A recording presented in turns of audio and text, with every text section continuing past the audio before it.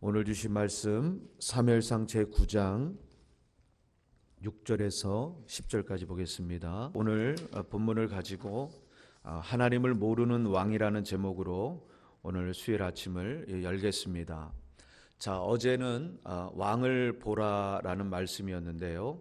왕을 보라, 너희들이 원하는 왕을 보라는 말씀이었는데, 오늘은 그 왕이 어떤 왕인가, 하나님을 모르는 왕이다라고 하는 부분을 오늘 말씀을 통해 우리가 볼 수 있게 됩니다.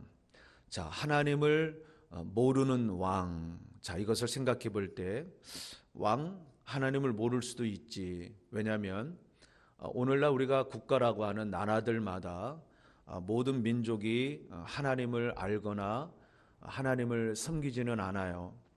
그 가운데 하나님을 모르는 대통령, 또 모르는 그러한 위정자들이 참 많았습니다. 그런데 우리가 이 하나님의 말씀, 히스토리, 하나님의 역사, 물론 이스라엘 백성들에게 주시는 말씀이었지만 오늘 저와 여러분들이 예수 그리스도를 통해서 우리가 이스라엘이 되지 않았습니까? 하나님의 백성, 언약 백성이 된 저와 여러분들에게 있어서 우리가 어디에 살든 어느 곳에 있든 오늘 우리를 다스리고 우리와 함께 하시고 또한 우리를 이끌어 가시는 분은 만왕의 왕이신 우리 하나님이신데, 오늘 본문의 이 선민인 이스라엘 백성들에게 세워주시는 그 왕이 하나님을 모르고 있다고 하는 것은, 이것은 대단히 안타깝고 대단히 슬픈 일이고 또한 대단히 가슴 아픈 이야기다. 한 가정을 볼 때 남편이 하나님을 모른다. 그런데 아내는 하나님을 알고 있다. 그러면 어떻게 되냐면, 아내는 하나님을 알고 있는데 남편이 하나님을 모르고 그 하나님을 하나님으로 이끌어 가려고 하는데 그게 잘 되지 않는다라고 한다면, 그 가정에는 온전한 하나님이 주시는 평화와 기쁨과 그런 은혜가 임하기가 대단히 어렵습니다. 한 가정만 봐도 그런 일이 벌어지고, 이게 어디로 가야 될지 서로의 어떤 주장이나 의견 충돌을 통해서 때로는 다툴 수 있는 그런 빌미도 된다는 거죠. 이스라엘을 이끌어가는 그 왕이 하나님을 모른다고 했을 때 이스라엘 백성들은, 우리가 아직 보지는 않았지만 분명히 그들은 하나님 앞에 하나님이 원하시는 길에서 벗어날 수밖에는 없다. 가보지는 않았지만 우리가 다 보았을 때 분명 그들의 삶은 그렇게 될 것이다. 그래서 오늘 이 말씀을 보면서, 오늘 하나님을 모르는 이 왕을 보며 오늘 다시 한번 가정을 보고 교회를 보고 또한 나라와 민족을 보면서 우리가 기도해야 할 줄로 믿습니다. 자, 오늘 본문의 이스라엘 백성들은 하나님과의 관계에서 살아가는 삶, 그러니까 언약 백성이죠. 하나님과의 관계라고 하는 이 관계는 하나님과의 어떤 약속과 언약이라고 하는 부분이 있어야 됩니다. 하나님은 그들에게 약속하셨고 그들의 하나님이 되어주셨고 너희는 나의 백성이라고 하는 은혜를 베풀어 주셨는데, 이스라엘 백성들은 그 은혜를 잊어버리고 어떤 관계를 원했냐면 인간적인 관계를 지금 원하고 있어요. 즉, 하나님을 믿고 하나님을 신뢰하기보다는 우리 눈에 보기에 믿을 만한 사람, 신뢰할 만한 사람을 세워달라, 그렇게 때를 쓰고 있는 이스라엘 백성들의 모습이었습니다. 그래서 우리 하나님께서는 사람들, 그들이 원하는, 그들이 만족할 만한 사람을 세워주고 있는데, 그 사람이 어제 말씀을 올렸습니다. 누구라고 그랬죠? 사울이다. 그렇게 말씀을 드렸습니다. 사울은 인간적으로 볼 때는 나무랄 데가 없고 외모 아주 준수합니다. 잘생겼습니다. 키도 훤칠합니다. 모든 여성들의 로망이에요. 키가 작은 것보단 그래도 큰 사람이 더 좋아 보이고, 옷을 입어도 저 본때도 나고, 당시 시대 사람보다 머리 하나가 더 컸으니 얼마나 외모로 볼 때 좋았겠습니까? 그러나 인간적인 면에서, 외적인 면에서는 모든 것을 갖추었다고 볼 수는 있겠지만 영적인 면에서는 어땠는가? 바르지 못했다. 그 부분을 오늘 성경은 우리에게 그 부분을 이야기하고 있는데요. 자, 어제 말씀을 한번 우리가 생각해 볼 때 아버지 기스가 사울에게 사환을 하나 붙여주면서 우리 집에 암나귀 2마리를 잃어버렸다. 암나귀 2마리가 뭐 갑자기 나갔는지 어땠는지 몰라도 제가 볼 때 이 상황으로 볼 때는 누군가가 훔쳐갔다기보다는 관리 소홀로 암나귀 2마리가 탈출을 한 거예요. 말이 아닙니다. 낙입니다. 그러면 말과 나귀를 생각해 볼 때 당시에 말은 대단히 비쌉니다. 소중합니다. 귀한 겁니다. 그런데 나귀라고 했을 때 아버지가 유력한 자로서 보아스처럼 어떤 덕망도 있고 물질적으로나 경제적으로나 사회적으로나 모든 사람들이 이렇게 추대할 만한 아주 그러한 갑부의 집안에서 암나귀 2마리를 찾아오라고 아들을 바깥 외지로 보낸다라고 했을 때 사실 상식적이진 않아요. 그런데 말이 되지 않는 그 말을 들었을 때 사울이 아버지의 말씀이 어떠한 것이든지 효심이 아주 컸기 때문에 그 암나귀를 찾으려고 3일 길을 돌아다녔다라고 하는 부분을 우리는 어제 보았습니다. 자, 어제 말씀 5절에 보면 마지막으로 사원과 사울이 도착했던 그 땅의 이름을 숲땅이라고 하는 말씀이 있습니다. 5절을 제가 잠깐 한번 보면요. 자, 어디 있냐면 그들이 숲땅에 이른 때에라고 하는 말씀, 어제 우리가 5절에 보았는데 이 숲땅에 이르게 되었을 때 이 숲땅이라고 하는 이 땅에는 누가 살고 있느냐? 당시에 사무엘이 바로 이 숲땅이라고 하는 곳에 거하고 있었어요. 그렇기 때문에 이 숲땅에 이르렀을 때 사울은 아버지께로 돌아가자. 아버지가 3일 동안 우리가 돌아오지 못하는 걸 봤을 때 아버지가 얼마나 염려하겠냐? 그러면서 돌아가자. 그렇게 사울이 이야기를 하는데 사환이 그때 말하기를 우리가 돌아갈 것이 아니라 여태까지 고생을 했는데 이 숲땅에 와보니까 하나님의 사람이 여기에 살고 있다는 것이 생각이 났습니다. 우리가 하나님의 사람에게 가서 암나귀가 어디 있는지 한번 물어보면 그 선견자, 선지자가 하나님의 사람이 가르쳐 줄 것입니다 라고 얘기를 하는 거예요. 자, 오늘 그 이야기를 들은 사울의 반응을 한번 보겠습니다.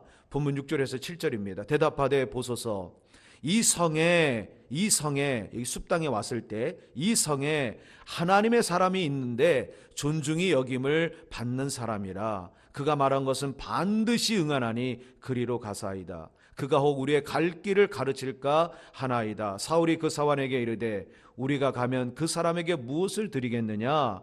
우리 그릇에 식물이 다하였으니 하나님의 사람에게 드릴 예물이 없도다. 무엇이 있느냐? 자, 이것이 뭐냐면 우리가 이 말씀을 읽을 때 그냥 우리가 보게 되면 하나님의 사람에게 어떤 예물을 가지고 가야 되겠다라고 하는 그 부분을 생각하면서 우리가 하나님 앞에 나갈 때 뭐 빈손으로 나가지 않고 우리의 마음을 물줄로 담아서 드리는 것이다.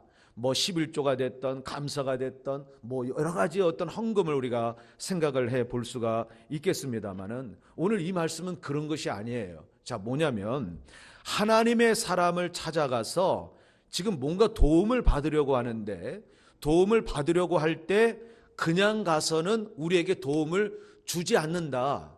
하나님의 사람에게 도움을 받으려면 뭔가 거기에 상응하는 어떤 대가가 있어야 된다라고 하는 그 부분을 이야기하고 있는 거예요. 어떤 얘기냐면 만일 우리가 예물이 드릴 것이 준비가 되지 않았다면 우리가 그 하나님의 사람에게 가서도 그 사람이 우리에게 도움을 주지 않는다라고 하는 그 마인드, 어떤 사상 아니면 어떤 생각 아니면 어떤 신앙, 어떤 신념, 그런 부분을 지금 사울이 사환에게 이야기를 하고 있는 거예요. 자, 이것은 어떤 얘기냐면 사울이 하나님을 알고 있느냐라고 하는 관점에서 보게 되면 사울은 하나님이 어떤 분인지 전혀 모르고 있는 사람이라는 것을 지금 사울과 사환의 대화 속에서 우리는 그것을 캐치해낼 수가 있다라는 거예요.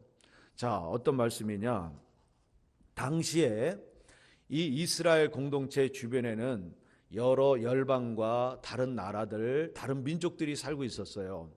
다른 민족들이 만일 바알이나 아스타롯이나 어떤 다곤이나 그들이 섬기는 어떤 신상이나 우상들, 자기들이 여기는 신을 만나러 가거나 거기 가서 점을 치려고 한다면 반드시 어떤 복채가 됐든 뭐가 됐든 뭘 가지고 가야 돼. 자식을 가지고 갔든 딸을 데리고 가든 짐승을 가지고 가든 물질을 가지고 가든 뭔가를 가지고 가서 딱 갖다 놔야 그것을 보고 마치 사무엘의 아들처럼 어떤 갖고 왔어? 그러면은 그걸 보고 뭔가 점괘를 가르쳐 준다든지 그러한 어떤 우상적이고 미신적인 그것이 어느덧 사울에게 그것이 가득 찼다는 거예요.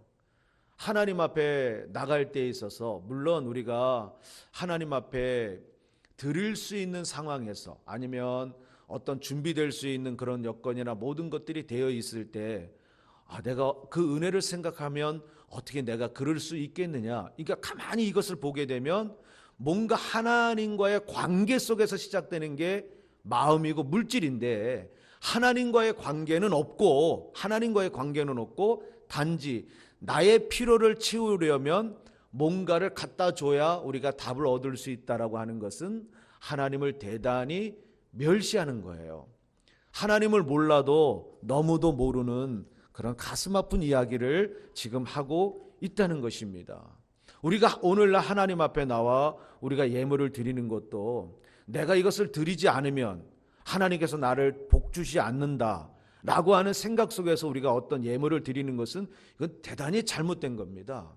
내가 이것을 드려야 하나님이 복을 나에게 주신다라고 하는 것이 아니라 내 것이 원래 아니었는데 이것은 내 것이 아닌데 하나님 것인데 하나님이 나의 생명을 연장시켜 주셨고 하나님이 여기까지 나를 인도하셨고 하나님께서 일할 수 있는 건강을 주셨고 이런 삶을 주셨고 터전을 주셨다라는 것을 모든 것이 하나님께 받았다라고 하는 하나님과의 관계 속에서 우리의 어떤 헌신이나 섬김이 출발돼야지 만약에 그것이 배제되어 있는 그저 하나님 앞에 내가 뭐 체면이 있지 아니면 내가 이렇게 하지 않으면 하나님 앞에 혹시나 얻어맞지는 않을까 혹시나 벌을 받지는 않을까 이런 생각을 가지고 간다는 이 자체는 어떤 신앙이냐면 기복신앙이에요. 이건 신앙이 아니라 어떻게 보면 이것은 세상의 다른 종교나 다른 우상 살아있지 않는 존재에게 행하는 너무나도 바보 같은 그러한 모습이라는 거죠. 저와 여러분에게는 이러한 모습이 없게 되기를 축복합니다. 항상 출발은 내 것이 아니라는 것을 인정하고 가는 거예요. 내게 있는 것은 하나도 함께합니다. 내 것은 없습니다. 정말입니까? 내 것은 없어요. 심지어 우리에게 허락된 자녀도 함께합니다. 내 것이 아닙니다. 정말입니까? 내 것 아니에요. 그런데 내 거라고 생각하는 순간부터 조금 벗어나기 시작하는 거예요. 아내나 남편이나 자녀나 내 것이라고 하는 생각을 갖게 되면 실수하게 됩니다. 하나님의 것이라고 생각을 해야 조심하게 되어 있어요. 정말이에요. 이건 내 게 아니라 하나님의 것인데 라고 해야 되는데 우리가 너무나도 실수가 많고 세상 속에 살아가다 보니까 그저 내가 벌었으니까 내 거, 그저 나와 함께 하니까 내가 났으니까 사실 난 것도 사실 주신 것도 내 힘으로 한 게 아니라 사실 모든 것 다 하나님이 하신 거예요. 아멘입니까? 하나님이 주시지 않으면 원래 올 수도 없었던 건데 그런 것들을 자꾸 모르고 잊어버리니까 실수를 하게 된다는 거죠. 더 나아가서 잃어버린 암나기를 찾으려고 하나님의 사람을 찾는다. 이것도 대단히 슬픈 겁니다. 잃어버린 걸 찾으려고 하나님의 사람을 찾는다. 자, 이게 왜 슬픈 일이냐면 당시 하나님의 사람을 찾는다는 것은 곧 누구를 찾는 거냐면 하나님을 찾는 거예요.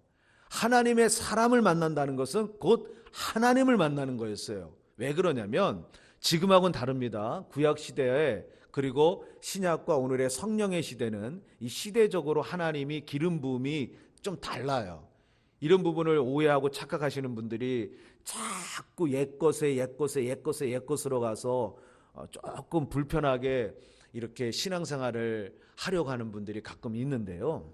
자, 당시 3500년 전 당시의 영성이나 하나님께서 이끌어 가셨던 하나님의 방법은 하나님의 사람을 하나님이 세우셔서 그 사람을 통해 하나님이 메시지를 주시고 그 사람을 통해서 치리하시고 간섭하시고 만지셨어요.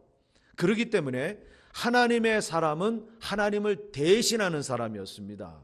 그래서 선견자, 선지자라고 이렇게 이름을 붙여진 건데 하나님 앞에 지금 간 거예요. 근데 하나님 앞에 가가지고 하나님의 사람이 그러겠죠. 너 여기 왜 왔니? 만약에 사무엘은 다 알고 있지만 너 여기 왜 왔니? 예, 사실 제가 여기 오게 된 이유는요. 제가 잃어버린 게 있습니다. 그래, 너 뭘 잃어버렸어? 네, 사실은 제가 여차해서 이걸 잃어버렸습니다. 라고 한다는, 만약에 그 얘기를 하고 서로가 이것이 얘기가 됐다라고 할 때 하나님 편에서 입장에서는 이것은 대단히 슬픈 거예요. 왜 그러냐? 우리가 하나님을 찾는다라고 하는 이 찾음에 있어서 하나님께서 가장 원하시는 것은 우리가 무슨 필요 때문에 하나님을 찾는 것은 물론 찾을 수 있습니다. 그런데 건강한 신앙, 바른 신앙은 나의 필요를 찾기 위해 하나님을 먼저 찾는 순간에 그것은 절대로 하나님이 기뻐하는 온전한 신앙이 되지 않아요. 하나님을 찾는다라고 하는 것에 대해서는 나의 필요가 먼저가 아니라 하나님이 나에게 있어서 누구인지, 그리고 나는 하나님께 누구인지, 그런 부분이 정리가 돼야 돼요. 이것이 확실하게 되지 않고 나의 필요만을 채우기 위해서 하나님을 찾으려고 한다게 되면 필요치 않을 때는 어떻게 되게 되느냐면 하나님을 찾지 않게 되는 역사가 일어나는 거예요. 그럼 하나님 그럽니다. 너는 꼭 뭔가 필요하면 나를 찾고 너가 모든 것이 잘 되거나 필요치 않으면 네가 주인이 되고 네가 왕이 돼서 네 마음대로 살더라. 이게 누구 얘기냐면 세상 사람들이 그래요. 세상 사람들은 잘 가다가 뭐가 궁금하고 뭐가 필요하면 뭔가 복차를 준비해가지고 혹시 우리 아들 대학 가겠습니까? 우리 남편 진급하겠습니까? 이번에 대통령이 누가 되겠습니까? 뭔가를 그것을 통해서 이걸 해결하려고 그래요. 해결됐다. 그러면 그 다음부터는 또 3개월이 됐든 1년이 됐든 찾지 않습니다. 그러다가 뭔가가 또 이제 필요가 되고 뭔가가 우환이 꼈다 그러면 또 가서 뭔가를 해결하려고 또 가죠. 이거는 신앙이 아니라는 겁니다. 이거는 오늘 그리스도인으로서 정말 버려야 될 우리 안에 잠재되어 있는 성경을 바로 알지 못하고 하나님을 바로 알지 못하는 하나님 보실 때 너무나도 얼철철한 그런 모습이라는 거죠. 오늘 사울이 필요에 의해 하나님을 찾는 모습을 보면서 오늘 저와 여러분에게 이런 모습은 없어지게 되기를 축원합니다. 결국 인간적인 조건에서는 사울이 완벽했지만 영적인 면에서는 준비되지 못한 사람이었다. 자, 그러면 결론적으로 그러면 왜 하나님은 이런 사울을 이스라엘의 초대 왕으로 세우려고 하는 것일까? 이 왕을 세워주시려면 하나님도 바르게 알고 하나님을 잘 알고 충성하고 또한 하나님의 종으로 영적으로 깨어있는 그 왕을 하나님이 세워주시면 얼마나 좋을까? 왜 하나님께서는 외적인 면에서는 완벽하지만 또한 인격적으로도 아버지의 효심이 있는, 그래도 인격적, 도덕적, 윤리적으로도 완벽하지만 그런데 왜 영적인 면에서는 준비되지 않은 왜 이런 왕을 세워주시는 것일까? 우리가 이런 생각을 혹시 할 수가 있습니다. 그런데 당시에 영적으로 완벽하게 준비되어 있던 사람이 있습니다. 외적으로 보게 되면 아들들이 엉망입니다. 아들들로 봤을 때 어떤 지도자나 리더십의 자리에 앉기에는 좀 부족해요. 조금 부족해요. 그러나 영적인 면에서는 완벽했던 사람이 하나 있습니다. 누굽니까? 사무엘. 자, 이거예요. 자, 사람 눈에 보기에는 영적인 면은 가려졌고 늙었고 아들들은 이제 꽝이고 그러니까 지도자가 필요하다는 거예요. 그런데 하나님 편에서는 외적인 면에서는 좀 부족해. 좀 키도 작을 수도 있고, 때로는 나이가 어릴 수도 있고, IQ가 좀 떨어질 수도 있고, 좀 여러 가지 좀 인격적으로는 좀 부족할 수도 있고 하는데, 영적인 면에서는 오직 제일로 하나님을 사랑하고 하나님만 바라보는 그런 주바라기로 삶을 산다면, 하나님 편에서는 과연 어디냐라고 한번 생각을 해볼 때, 성경은 1번 외적인 면을 먼저 하나님은 보지 않아요. 좀 부족하더라도, 때로는 실수하고 넘어지고, 때로는 거짓말도 좀 하고, 때로는 자기의 부하를 선봉에 세워서 죽이는 자리까지 설지라도 하나님은 그 사람을 당신의 마음에 합한 사람이라고 한다는 이 사실을 우리는 성경을 통해서 명확하게 우선순위가 정해져야 돼요. 그렇다고 해서 외적인 면이나 인격적인 면이나 이런 부분을 완전히 무시하자는 말씀을 드리는 것은 아니에요. 하지만 우리의 삶에 우선순위가 있다면은 그 우선순위는 언제나 우리가 하나님 앞에서 사는 삶, 하나님 안에서 하나님과의 관계에서 살아가는 것이 되어지다 보면 나머지 그 뒷부분 앞에 있었던 인간적인 면, 인격적인 면, 외적인 면 하나님께서 그런 부분도 가리워 주실 줄로 믿습니다. 아멘입니까? 이렇게 돼야 돼요. 그래서 교회에서는 일꾼을 세우고 교회에서 사람을 세울 때 가장 먼저 볼 수 있는 첫 번째 조건은 저 사람이 하나님 앞에 물질을 얼마를 하느냐를 먼저 봐서는 큰일 나는 겁니다. 성경에서 벗어나기 시작하는 겁니다. 초대교회 7 집사님을 세울 때도 마찬가지고 하나님께서 일꾼을 세우시고 하나님이 쓰시는 사람들을 가만히 보게 되면 앞으로 제가 다윗을 통해 말씀을 올리겠습니다만 절대로 그렇지 않아요. 항상 영적인 면에서 얼만큼 하나님 앞에 몸부림치고 기도하고 하나님을 바라보며 하나님을 사랑하려고 그렇게 하나님 앞에 살려고 그 현재의 영성을 놓지 않으려고 하는 그 부분이 항상 교회는 그것을 가장 우선시해야 된다. 그래서 기도하지 않는 사람들이 교회의 일꾼이 되면 나중에는 그 값을 하려고 해요. 처음에는 안 그래요. 그런데 그 자리에 딱 서게 되면 자기도 모르게 그 자리값을 하려고 해요. 그렇기 때문에 반드시 조금 부족해 보여도 말씀 붙잡고 기도하고 하나님 제일로 사랑하려고 하는 그 몸부림을 치려고 하는 그런 사람들을 어떻게 해야 되냐면 항상 리더의 자리로 세워야 된다는 겁니다. 결론의 말씀을 올립니다. 오늘날 사람들은 어떤 리더를 찾을 때 반드시 어떤 성경적인 면에서나 영적인 면에서나 하나님 관점에서 리더를 찾으려고 지도자를 찾으려고 잘 하지 않아요. 한 예를 올리자면 우리가 청빙이라고 하는 부분을 합니다. 담임 목사 청빙, 부목사 청빙, 뭐 여러 가지 청빙이 있어요. 청빙의 자격 조건을 또 쭉 얘기합니다. 1번 MDB 석사학위를 가지고 있는 이상 뭐 이런 식으로 해가지고 쭉쭉쭉쭉 얘기해요. 그런데 거기에 7번 하나님을 제일로 사랑하시는 분 뭐 이렇게 그렇게 그런 거 잘 안 합니다. 그리고 이제 딱 사람들을 보면 서류가 한 30개 와요. 뭐 딱 옵니다. 서류를 받아요. 다 봅니다. 뭘 제일부터 보느냐? 이제 이 사람이 어떤 과정을 거쳐 어떤 스펙이 있는지 어떤 커리어를 가지고 있는지 다 봅니다. 그러면서 기왕이면 간증도 한번 봅니다. 쫙 봅니다. 그러면서 조금 스펙은 약한데 이 간증문을 보니까 이 간증으로만 봤을 때는 이분입니다. 이런 교회가 많으냐라고 한다면 많지 않아요. 그래서 많지 않으니까 사람들을 보기에 어쨌든 그 스펙을 쌓으려고 그래도 최소한 내가 그런 자리에 가려면 이 정도는 준비돼야 되겠다고 하는 그 부분이 계속 세상이 그것을 원하기 때문에 갈 수밖에 없는 거예요. 그러다 보면 영적인 면이 좀 이렇게 같이 가야 되는데 영적인 면이 같이 못 가고 그 부분은 약간 약해지고 이쪽 부분만 강해진다고 했을 때 어떻게 되느냐?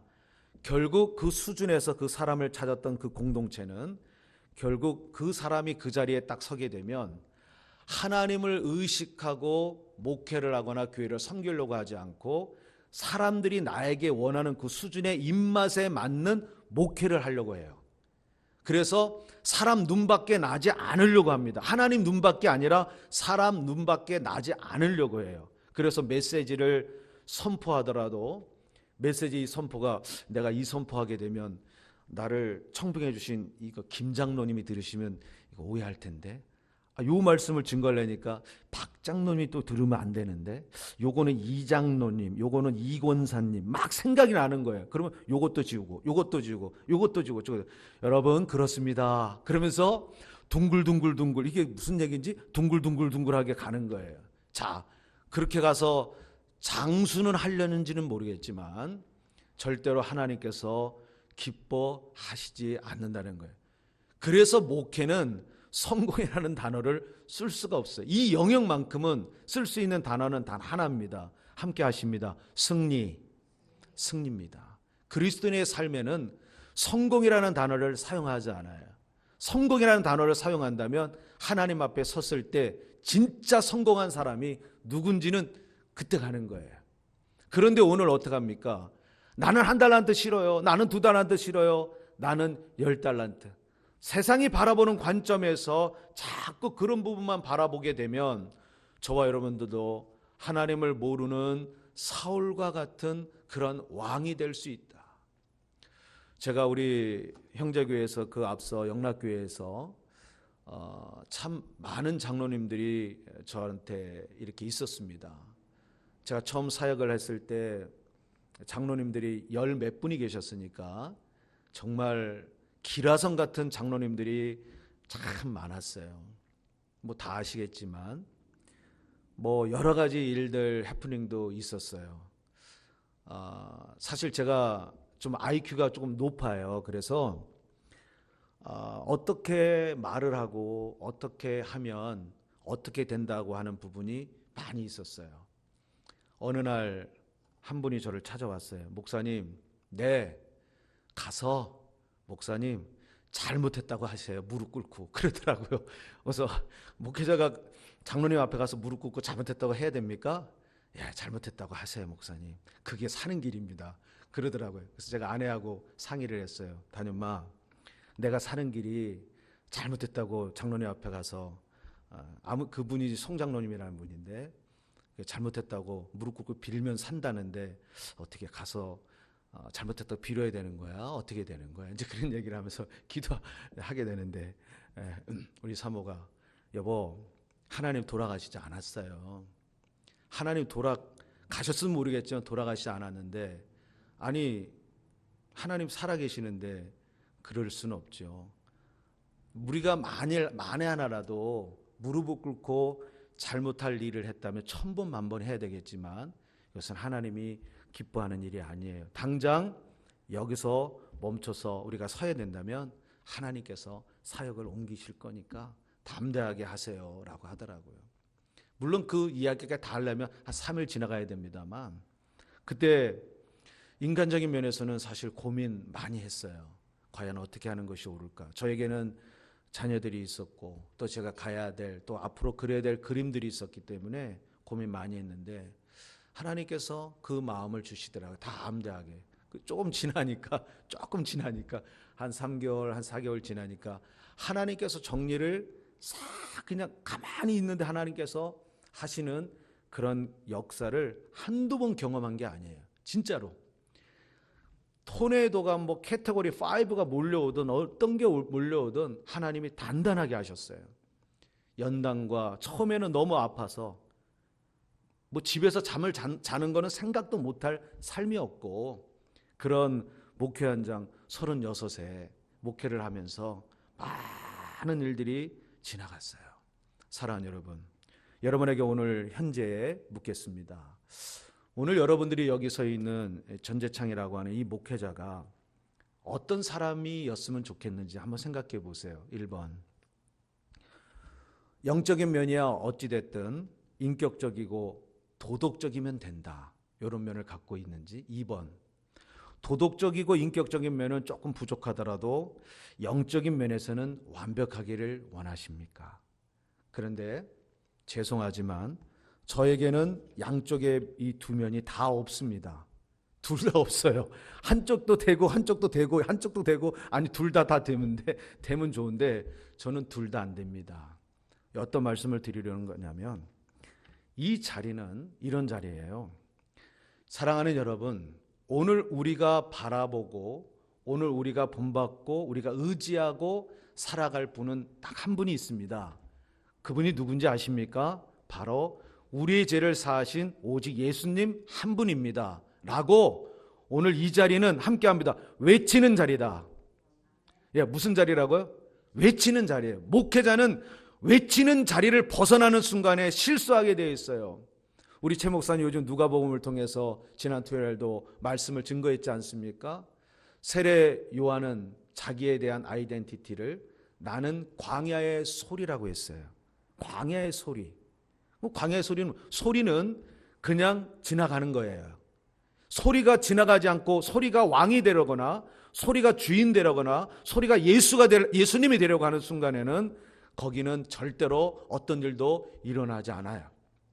단지 이 자리는 선포하고 외치는, 타협하거나 이 자리를 통해서 설득하는 자리가 아니라 이 자리는 그냥 외치는 자리예요. 그러면 하나님이 설득을 시키든지 하나님께서 하실 일을 여기 있는 사람이 할 수는 없어요. 단지 하나님의 말씀을 1.1핵이라도 가감하려고 하지 말고 이것을 내 스타일로 바꾸려고 하지 말고 어떻게 해야 되느냐면 있는 그대로 이 부분을 어떻게 해야 되느냐, 외치기만 하면 되는 거예요.